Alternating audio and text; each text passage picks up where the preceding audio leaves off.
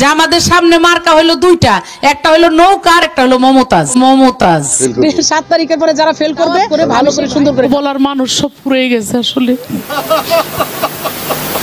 কুরআন শরীফের গিরিশচন্দ্র সেনের শুরু করে এমন কোন বাংলা তর্জমা নাই যেটা অনেকবার না পড়েছি না। সিয়াসাত হাদিস গত কয়েকদিন যাবত মমতাজ কণ্ঠশিল্পী মমতাজকে নিয়ে সোশ্যাল মিডিয়া গরম হয়ে রয়েছে। সোশ্যাল মিডিয়া ট্রেন্ডিং এ চলতেছে আমাদের সেই সাবেক কণ্ঠশিল্পী মমতাজ।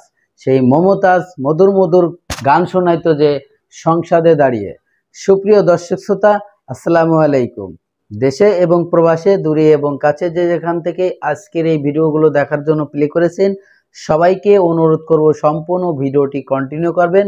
দর্শক শ্রোতা, খুবই গুরুত্বপূর্ণ ইম্পর্টিং তথ্য রয়েছে আজকের এই ভিডিওতে।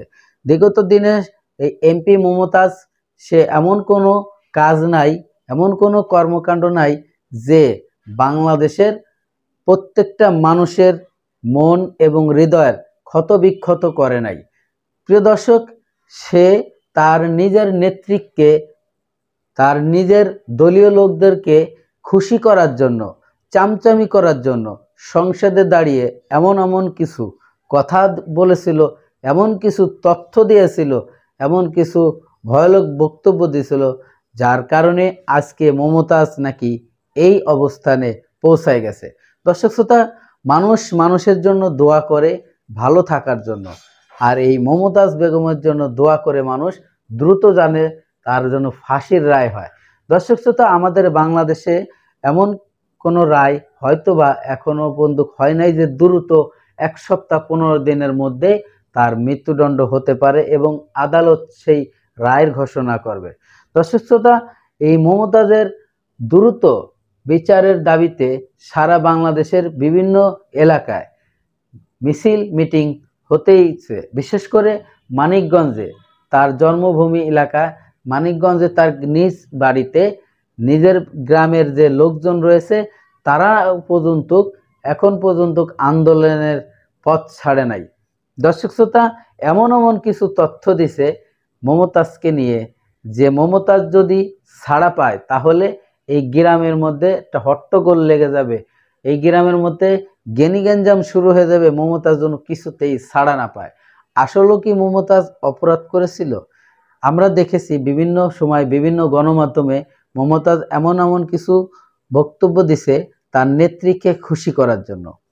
প্রিয় দর্শক, বিশেষ করে কারেন্টের ব্যাপারটা, এমন সময় আসবে গ্রাহক পাবে না কারেন্ট দেওয়ার জন্য, আর পথে পথে ফেরি করে বেড়াইতে হবে কারেন্ট নেওয়ার জন্য। এই ধরনের যে বক্তব্যটি ছিল সংসদে দাঁড়িয়ে, ব্যাপক সমালোচনার মুখে পড়েছিল এই মমতাজ বেগম।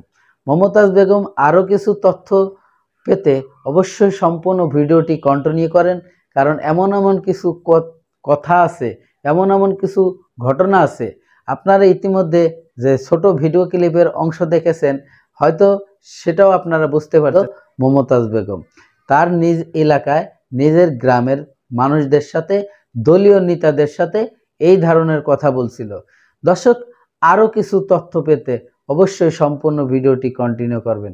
এই মমতাজ বেগম বলেছিল শহীদ জিয়াউর রহমানকে যে সে নাকি শহীদ হয় নাই, তার শহীদ একটা তার নাম। এই ধরনের আরও ইত্যাদি ইত্যাদি এমন কিছু তথ্য রয়েছে আজকের এই ভিডিওতে। চলুন আমরা সেই গুরুত্বপূর্ণ ভিডিওটি দেখে আসি। ভিডিওতে যাওয়ার আগে ছোট্ট করে একটি রিকোয়েস্ট করবো দর্শক, আপনি যদি আমার চ্যানেলে নতুন বন্ধু হয়ে থাকেন, ভালো লাগলে চ্যানেলটিকে সাবস্ক্রাইব করে রাখবেন, আর এই ভিডিওটি প্রচুর পরিমাণে শেয়ার করে দিবেন বন্ধুদের মাঝে। যে আমাদের সামনে মার্কা হলো দুইটা, একটা হলো নৌকা আর একটা হলো মমতাজ। মমতাজ 7 তারিখের পরে যারা ফেল করবে আমি সেই ভাইদেরকে দাওয়াত করে ভালো করে সুন্দর করে বলার মানুষ সব পুড়ে গেছে আসলে। কুরআন শরীফের গিরিশচন্দ্র সেনের বাংলা থেকে শুরু করে এমন কোন বাংলা তর্জমা নাই যেটা অনেকবার না পড়েছি না। সিয়াসাত হাদিস, তিরমিজি শরীফ, মেশকাত শরীফ, আবু দাউদ শরীফ, বুখারী শরীফ, মুসলিম শরীফ থেকে শুরু করে এমন কোন খণ্ড নাই যেগুলো না পড়েছি। কি পাট্টা লইতো কয় মেশকাত শরীফ, আবু দাউদ শরীফ, নাসাই শরীফ, সিয়াসাত্তার কিতাব।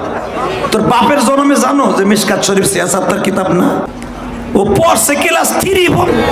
আমি সবচেয়ে বেশি খুশি হয়েছি, আল্লাহ তোমার বিচার আছে গো। আরে মুফতি মমতাজ রে তুমি গোল্লাই দিছো রে আল্লাহ। ওই আসল মমতাজ, আগের মমতাজ ওই বুক ফাটাই দিবি এখন। ফাটা যায় বুকটা, ফাটা যায়, ফাটা যায় বুকটা, ফাটা যায়। তুলো যখন ট্রাক লইয়া আমার বাড়ির সামনে দিয়ে নির্বাচনে জিতা যায়, ফাটা যায় কষ্টে বুকটা, ফাটা যায়। তুই আর সংসদে যাইতে পারবি না মমতাজ, এর বয় বেটা।